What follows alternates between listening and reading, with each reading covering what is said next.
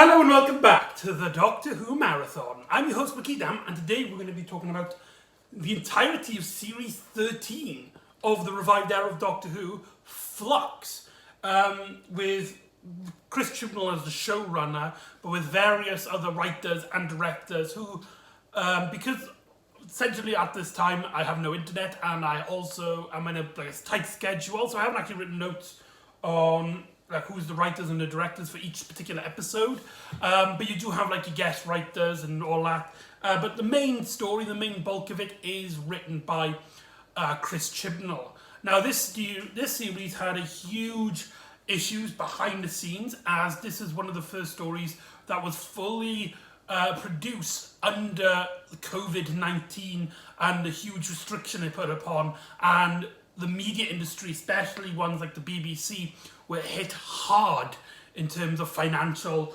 and also organizing staffs and unions and stuff like that. So this story had a lot of pressure and a lot of behind the scenes gossip on it.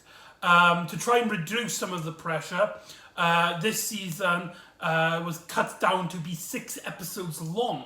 And instead of doing the usual line of mainly having main self-contained episodes, however having little details concluding to the finale, this series does what most TV series nowadays do, and that is the season is basically one giant storyline with hints on little adventures, side little stories going around.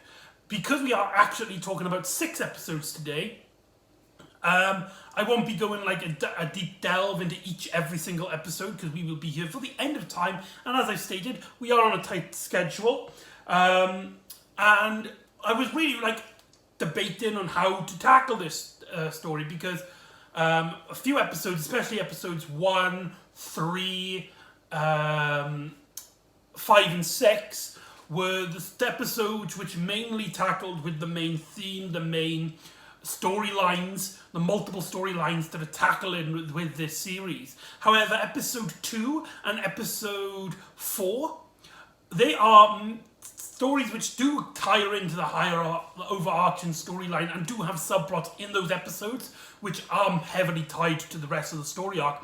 However, those 2 episodes are mainly actually standalone episodes. It's like half the episode is a standalone adventure that ties into the whole Flux storyline. So, what is the Flux storyline? Because this series gets really confusing really quick. There's a race of dog people who are defendant of the human race, with one of them stealing a human man named Dan, played by John Bishop, who will become the series' new companion after Bragley Walsh and Toshin Cole left at the end of Series 12. And this story, what it does is it has this subplot, this plot of the Doctor trying to discover who the Division are, the secret organization that she found out that she might have been working for in a previous life that she does not remember. Might have even been where the fugitive Doctor comes into play.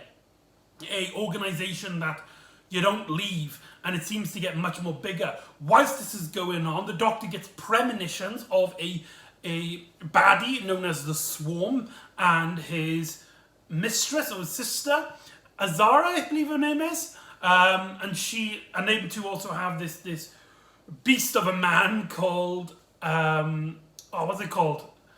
The passenger form. This hollow basically robot that has an entire infinite universe inside itself that it uses as a prison system to keep other things in bay. Whilst this is all going on, there is this event called the Flux, which is going around destroying everything in space and time. Destroying everything it touches in its path. Absorbing planets, seemingly destroying the universe. This is the end of the universe, and it is collapsing together. All the while, as this is happening, we get introduced to, I can't remember his name, Yeah, it doesn't mention. Does it mention his name in the back? One second. No, it doesn't. We have this character who's a historical character who basically he basically organized a bunch of mines for seemingly no reason, and he was this very eccentric, strange character in real life. And in this story, he just kind of it's oddly structured. In the first episode, he only appears twice, right at the very start, where somebody asks him, like, what's he doing in the mines. I believe he was in 1830, around about that period. And then he is seen right at the very end of the episode, basically as everything starts wrapping up. And throughout each episode, he just seems to randomly walk in and out of scenes, in and out of the episodes. So we've got a lot to delve in here, and this is like a series which is maybe like a normal series of any other show where these days, where it is like it does have standalone elements, but for the most part, it is supposed to be seen as one giant storyline from beginning to end, with the first episode being a Halloween Apocalypse. By the way, great title, but a terrible title for this episode, as Halloween plays very little into the actual themes and concept of the episode. If it wasn't for the fact that the episode is called Halloween Apocalypse, and about 1 or 2 scenes of kids trick-or-treating, you wouldn't know. You wouldn't know. And this is where, let's talk about, okay, let's get on with this, because this is going to be the big gripe in this video. The one, because I've stated this to a lot of people I know in real life, but it's time to get this on camera. It's time to get this on footage. Series 13, Doctor Who Flux, is my least favourite series of the revived era of Doctor Who. And that is because of this structure. And I think it's a structure which does have a lot of hindrance, and a lot of people seem to like it. And I'm not keen on it. I think it especially doesn't work on Doctor Who, because it's mainly an excuse to not focus on the episode that you're actually watching and have a lot of build-up and have a lot of suspense. In a few episodes where it's mainly tackling the theme of the series, the plot lines, episodes 1, 3, 4 and 5, most of the episode is things happen, and you're basically, it's like, right, you will find out in the last episode. The Doctor tracks down Kasavin, who's I can't remember, Kavan, I can't pronounce his name, the dog-like guy. And basically we learn that he is part of the division, and the Doctor's been tracking him down. And that doesn't really play into any part of his character. He mainly has his roles with Dan and getting him basically introduced into the story. Actually, let's talk about Dan for a moment. Dan is a character that was actually introduced before this story. In Resolution of the Daleks, something I forgot to mention in that video is that after that episode aired, there was a little scene played just after the episode where we got introduced to, as a big twist, that John Bishop, famous comedian, footballer, and actor John Bishop, would be appearing in Doctor Who. I know him mainly for his stand-up role. I didn't know actually he was an actor at this time. And from what I've heard, he's a really great guy. He's really cool. And in this story, I felt really guilty because in a way there was some aspects of his character I was thinking, right, it does feel like we're doing Graham again, just a little less of him. But the more I watched, John Bishop is his own style. John Bishop is his own man. And even though it is rhyming in that same ballpark of a much more older companion who has a love of football and is, having most of the quirk, he's mostly there for comic relief. There are some really great moments with him. One of my favourites, in fact, is at the end of the second episode, War of the Sontarans, where the Doctor asks him, do you want to join? And it's a very small moment, and there's a small like zoom up on his face. He just kind of like warmly smiles to himself, and he just says, yes. And he walks in and he slowly walks into the TARDIS. The way that scene is presented and the way that scene is just played, it's just really heartwarming. It's just very sweet. But the majority of the story is also I forgot to mention, like, there's another thing. There's this whole thing about this character called the Grand Serpent, who is this like symbiotic man who is connected to like this snake thing that goes into people and like suffocates them from the inside out. Don't know what his deal is. I still like the amount of times I watch this. Like, I don't understand like what's his end goal. What is the point of him? Why did he need it to be in? There's so much going on, and the story is seemingly. It's one of the things I really hate about stories like these, and Doctor Who Flux proves this aspect just doesn't work. That like there's so many stuff that the story distracts upon, and I think they are. It's most obvious in the two mainly standalone episodes, War of the Sontaran and Village of the Angels, which tackled with two big Doctor Who monsters, the Sontarans and the Weeping Angels. So yeah, let's talk about that. I feel like I was going to talk about something else, but I can't remember. Also, if you hear banging, I do apologise. There's a rabbit in the background. I think it's thirsty. But anyway, yeah, I think the main problem with this story can be easily cleared up in the two standalone episodes. Because the two standalone episodes here, War of the Sontaran and Village of the Angel, are amazing when it's talking about its actual main premise. In War of the Sontarans, the Doctor and the companions find themselves in the middle of the Crimean War. However, things have altered. Time has changed, where it turns out that instead of the British fighting the Russians, in this timeline, the Russians don't even seem to exist. Instead, it is the Sontarans who, as the characters there get introduced. Those characters believe that basically the Sontarans have always been there. We also meet a character, what's her name? It's not Nightingale, it's Mary C. Cole. Mary C. Cole is in this story. This woman who started this like British hotel so she can help all the wounded soldiers, and she's mainly known for healing and helping both sides. Her goal was not like, to help one army enough. Her goal was essentially, if anyone's injured, regardless of where you come from, I will help you, I will mend you, and that's like her goal in life. And she seemed like a really great character, a really great person. If this was a story in Series 11, you would know that she would get much more of a character and much more of a development here. In this story, however, she is really interesting, and early on in this episode, Yaz and Dan get teleported just like out of nowhere, like they just start vanishing. The Doctor explains it has something to do with time breaking up. But yeah, and from the Doctor's storyline in that story, she battles the Sontarans, have these really great moments where she's teaming up with Mary C. Cole and trying to convince the general. And she also gets some really great performances out of there, Jodie Whittaker.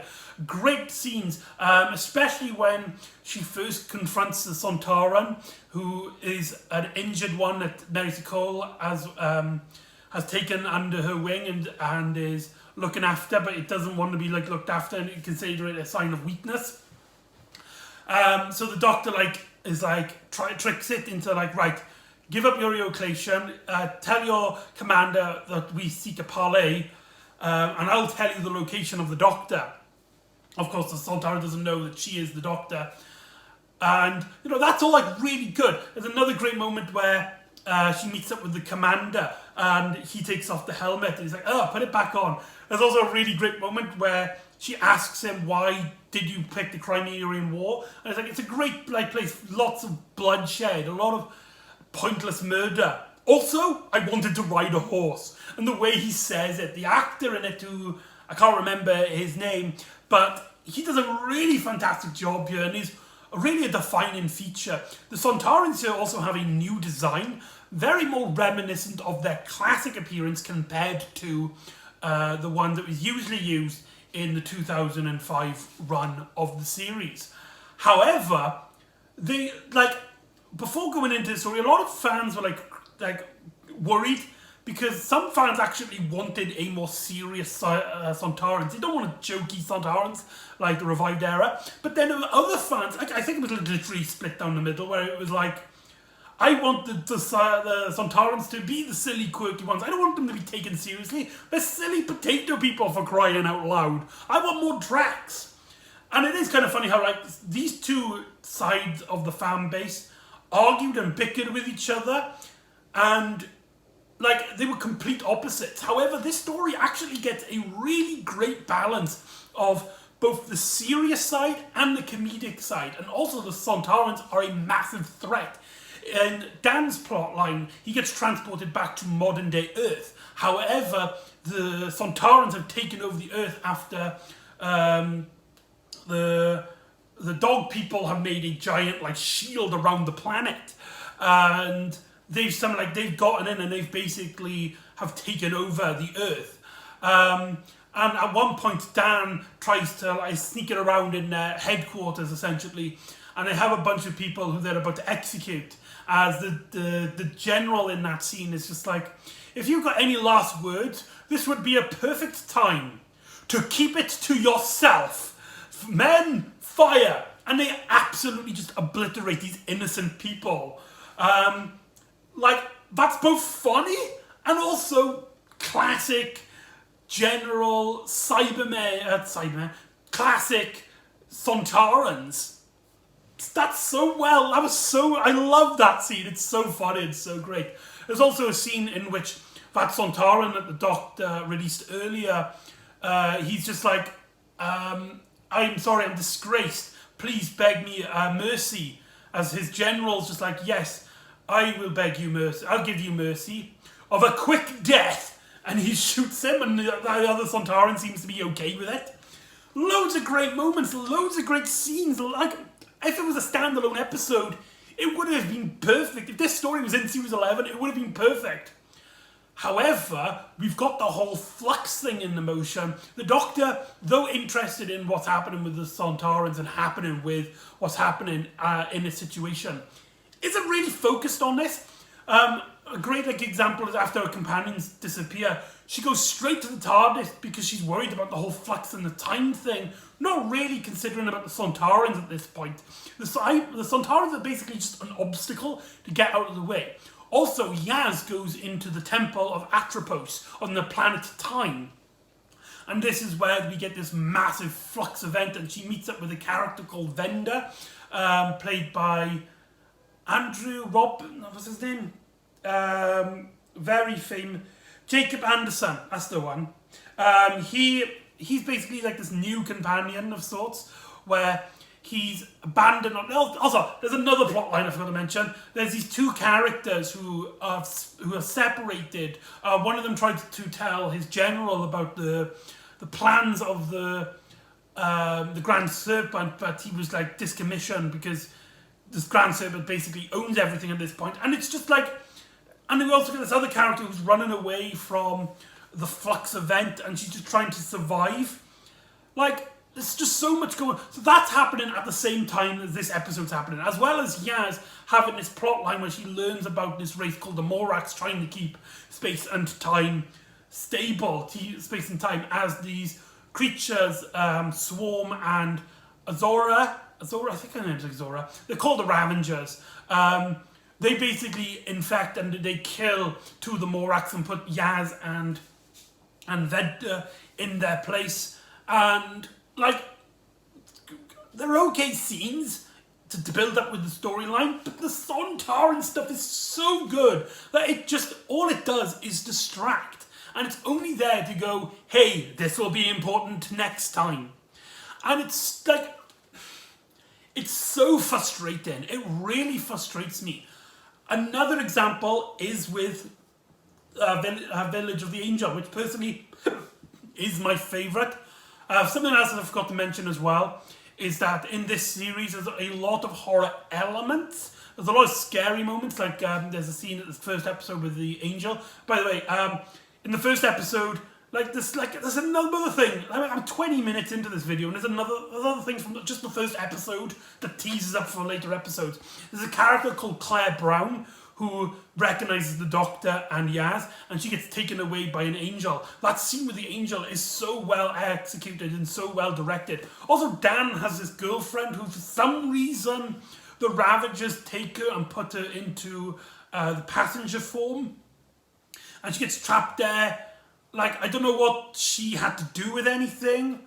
In terms of the plot, in terms of writing, she does really... She helps Vender out in the last episode, but that role could have been played by anyone, and the fact it's her seems really just really strange. How a modern day character who's only really taken because she was the love interest of one of the Doctor's companions becomes so well efficient in this passenger form world. It's really bizarrely odd. But anyway, Village of the Angel is easily the best episode to a point, because the first half of it, the first, say, 2/3 of the episode, are mainly standalone. The Doctor, Yaz, and Ryan, the Doctor, Yaz, and Dan, they find themselves in 1967, where the Doctor finds this man Jericho doing experiments, not like experiments, but is helping Claire Brown with her psychokinetic and telepathic powers, where she is seeing these visions of the Doctor, Yaz, and she knows all this, and she's from the future. And the guy who plays Jericho, is it Kevin McNally? I can't remember. There's so many names here. I can't remember which one's which. But anyway, he had previously been in Doctor Who before he'd been in the story, The Twin Dilemma with the Sixth Doctor. He's also mainly known as Captain Jack Sparrow's companion in the films The Pirates of the Caribbean.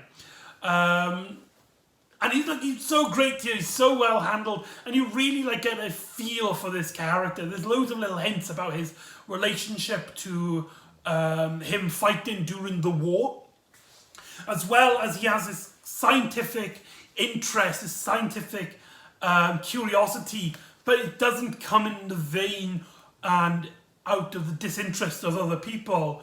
For example, they basically get locked down in the basement. And when the Doctor explains that she needs to go into Claire's mind, he's like, please let me put these things on your head so I can examine it. I can do what you want, Doctor. I can do that, no problem. But please give me a chance to take it as for some of my experiments. A great opportunity for science. And the Doctor lets him do it. And let's talk about that scene where the angels in this story. What's really cool about this episode is that it doesn't actually introduce anything new to the mythology of the Weeping Angels in terms of powers and abilities. All of their powers and abilities in the story have been seen in previous Weeping Angel stories. However, they're done in unique and very interesting ways. For example, an image of an angel becomes itself an angel with a drawing of an angel coming to life.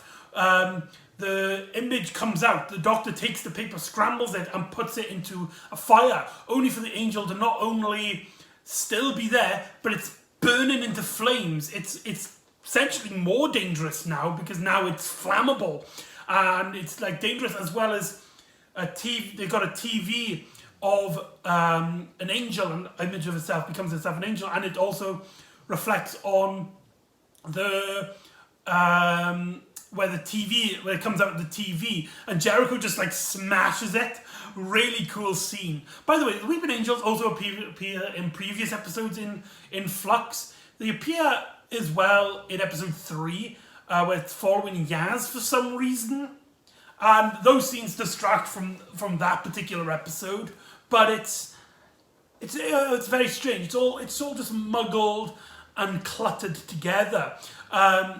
Whilst Dan and Yaz, they're trying to find a missing person. This small girl has essentially ran away from her parents. As well in the village, we got this her teacher basically trying to warn everybody to get out because something's happening, as the angels are basically taking people all over the village to 1910 or 1911, which is like mad in and of itself. And basically the angels actually get Yaz and that little girl and take them to 1910 or 11 again, I can't remember which one's which, and they find this little girl in this in an abandoned previous version of this village, as in the past and in the present, in terms of the story is being set in the 60s. There seems to be like space just like hovering around the village and is temporarily out of place with the rest of Earth, as everything's like delving down and stuff. It's like, how the Doctor's going to survive this? How is this all going to matter? What's the how the Doctor's going to solve all this and stuff? Until about 2/3 way of this episode, it turns out that all these Weeping Angels are part of Division, and the storyline comes back into it.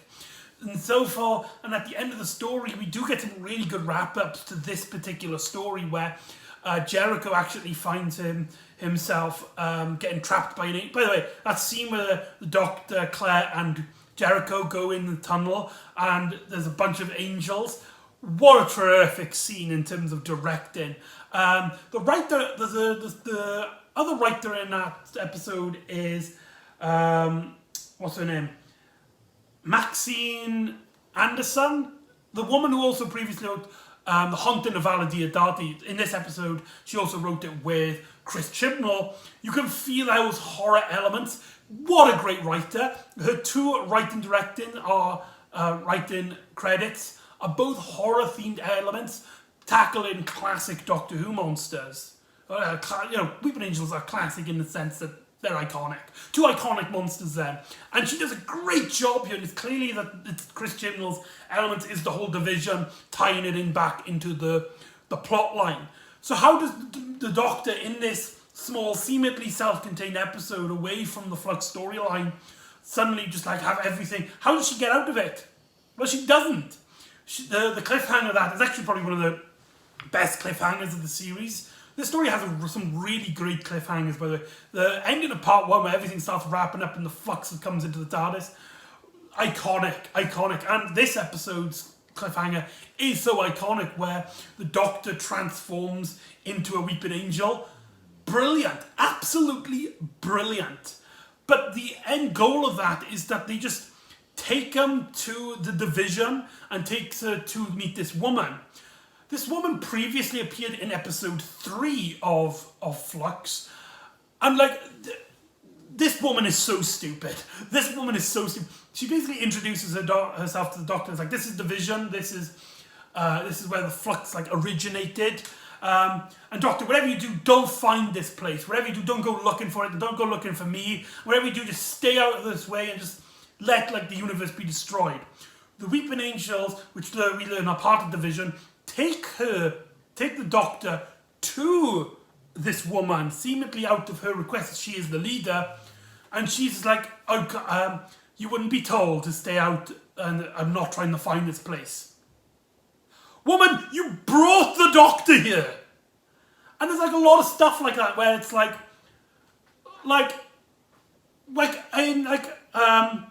in episode 2 in War of the Sontarans, the characters get separated, and you feel like there's going to be a bit where it's like the Doctor and Dan are going to find Yaz in the Temple of Time. You think that'd be what episode 3 is about, but it's not, because right at the end of that episode, as they go in the TARDIS, right, we need to find Yaz.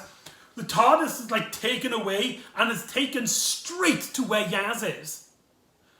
It's like they're building up the plot line, that they've got so many plot lines that they wrote themselves out of it, but forgot to take away the subplot. So you've got stuff like this woman telling the Doctor not to follow me, don't come in here, this is a secret, this is a thing. but they didn't know how like to get the Doctor interested in the rest of the story. So it's just like, oh yeah, we're gonna just take the Doctor there. But this woman is a very important part in terms of the mythology of Doctor Who, as it turns out that this woman is Tech-Tayun, the Doctor's adopted mother, as seen in the story The Timeless Children, in which the Master explains that the Timeless Child is the Doctor and stuff. If you want to hear my opinions on that, I've made a video about the Timeless Child and Ascension of the Cybermen. Go watch that if you're interested. And I come up with a theory in that, so go watch that. But you know, she's so stupid, she's so dumb, and she's constantly like she's just explaining the division to the Doctor, and there's this whole thing about the multiverse which really doesn't work in this story, because you never get the feeling, the impression of alternate universes, multiple realities coming into effect. Again, like there's so much stuff I'm missing out here. Like, another thing I've just remembered is that Joe Martin's fugitive Doctor actually makes an appearance in the 3rd episode, where Doctor and her companions get like spitting out of time, and those characters like suffer through all these events. There's so much I've still like haven't talked about. But anyway, the Doctor remembers an event that she previously had during her life as the fugitive Doctor. Basically, in this story, it's confirmed that the Doctor is the Timeless Child, and is the fugitive Doctor. And she's going into the Temple of Atropos and going into Temple of Time, and the Jodie Whittaker's playing like her remembering it, but like she is technically the fugitive Doctor, and you get these few scenes where the Doctor keeps changing between the two faces. What a massive letdown. Jo Martin deserved so much more, and her scenes are a cameo. Like, the fugitive Doctor is just so wasted. So uninteresting, and the fact, like, it really the only thing the fugitive Doctor has here is the fact that she's part of the storyline. She's part of the narrative. And that's the only thing really interesting about her in terms of a character. Massive, massive letdown. And so, and also as well, one plotline that doesn't even get resolved in this, it gets resolved in the next story, in like Flux, the whole Flux, is that there's this whole thing about the TARDIS breaking down, and the room starts warping, and the door comes out on the floor, and it's on the other side of the room, and it's all like strange and messed up.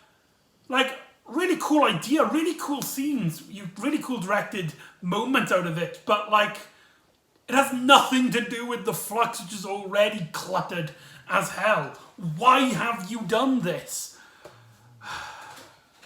Like, there's just so much. So let's like talk about like the finale episode, because the finale episode, it is actually pretty good for the most part. All of these plot lines start teaming up. There's other plot, like Kate Stewart is in this.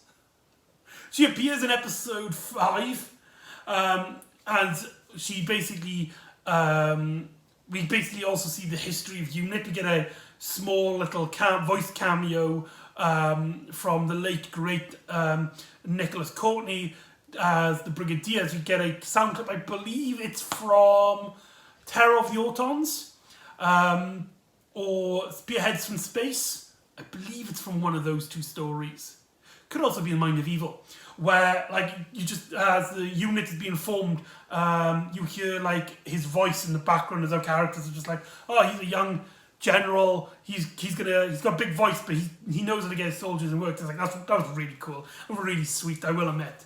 But you see the origins of the unit, and it's only really there to set up the Grand Serpent, and just so much mess in these 6 episodes, so much mess.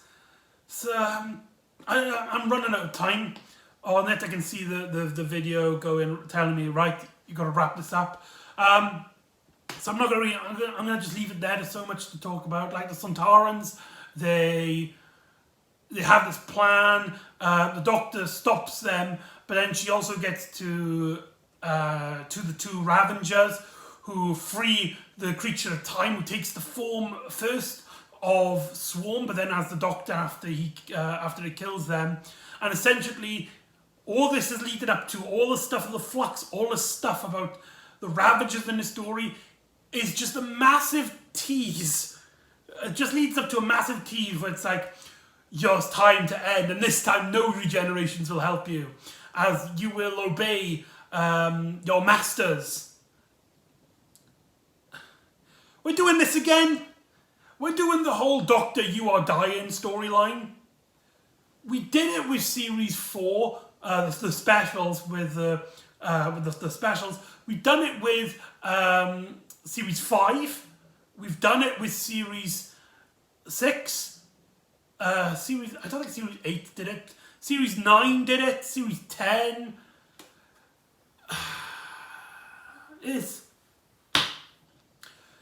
What's really frustrating is about this story is that a lot of people actually really enjoyed it. A few people I know really enjoyed Flux and found it easily their favourite element of the 13th Doctor era. And like, to wrap it all up, I'm just gonna have to finish this video early. I do apologise. Like, loads of my opinions are like either left on the cutting room floor or like wrapped up, but I don't have a lot of time and there's so much to talk about. But to wrap up, this story signifies to me a part of a divide between me and the majority of other fans. The majority of other fans that don't want singular episodes, that don't want like standalone adventures and the Doctor exploring strange and new worlds and learning about the cultures in that particular moment and in that time.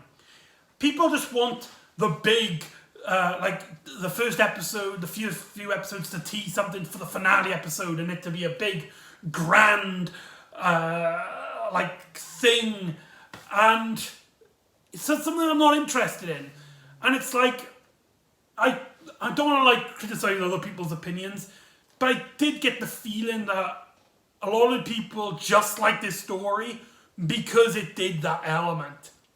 It's a complete 180 from the start of this era with Series 11. And I feel like the two mainly standalone episodes in the story would have been so much better in that series. This series basically summarized that it wasn't made for me. It was made for the other kind of fans, which are the most lauded opinions at the moment. Not to say that they, that they can't like this stuff and that they're wrong. Like, if you like this series, more power to you. I wish I could.